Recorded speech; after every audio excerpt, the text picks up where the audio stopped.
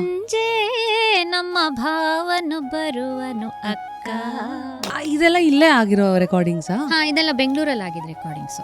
ಅಭಯನಾಡು ಅವರು ಸಿನಿಮಾಗಳು ಸುಮಾರು ಬಂತು ಅವಾಗೆಲ್ಲ. ತಾಯಿ ಕರುಳು, ತಾಯಿ ಆಸೆ, ಅದ್ರಲ್ಲೆಲ್ಲ ನಾನು ಸುಮಾರು ಹಾಡಿದ್ದೀನಿ ಅವ್ರದ್ದೆಲ್ಲ.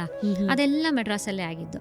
ಆಮೇಲೆ ಇಲ್ಲ ಆಗಿದ್ದು ಅಂದ್ರೆ ಇವಾಗ ನೀನ್ ಹೇಳ್ತಿದ್ಯಾ, ನೀ ನಮ್ಮ ಗೆಲುವಾಗಿ ಬಾ ಏಕೆ ಹೀಗಾಯ್ತು ಅಂಜದ ಗಂಡು. ನೀವ್ ನೋಡಿದ ಅಣ್ಣವ್ರು ಹೆಂಗಿದ್ರು? ಯಾರಿಗೆ ಕನ್ಸಿರಲ್ಲ ಅಣ್ಣವ್ರನ್ನ ನೋಡ್ಬೇಕು ಅಂತ. ಎಷ್ಟು ಒಂಥರ ಆತ್ಮೀಯತೆ ಬೆಳೀತು ಅಂದ್ರೆ, ಒಂದು ತಂದೆ ಮಗಳೇ ಹಾಡ್ತಿದ್ದಾರನೋ ಅನ್ನೋ ತರ. ಅವ್ರು ಏನ್ ಗೊತ್ತಾ, ಹಾಡೋವಾಗ ಡಾನ್ಸ್ ಮಾಡ್ಕೊಂಡು ಹಾಡೋದವ್ರು.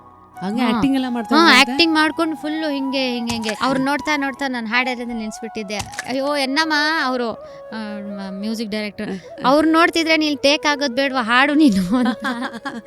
ಅದಾದ್ಮೇಲೆ ಇಲ್ಲಿ ಬೆಂಗಳೂರಿನಲ್ಲಿ ಹಾಲಲ್ಲಿ ಕೆನೆಯಾಗಿ ನೀರಲ್ಲಿ ಮೀನಾಗಿ ಹಾಯಾಗಿರುವೆ ಇರುತ್ತೆ. ಇದು ಈ ಸಂಗತಿ ಇದೆಯಲ್ಲ, ಅದನ್ನ ಇಬ್ರು ಪ್ರಾಕ್ಟೀಸ್ ಮಾಡಿ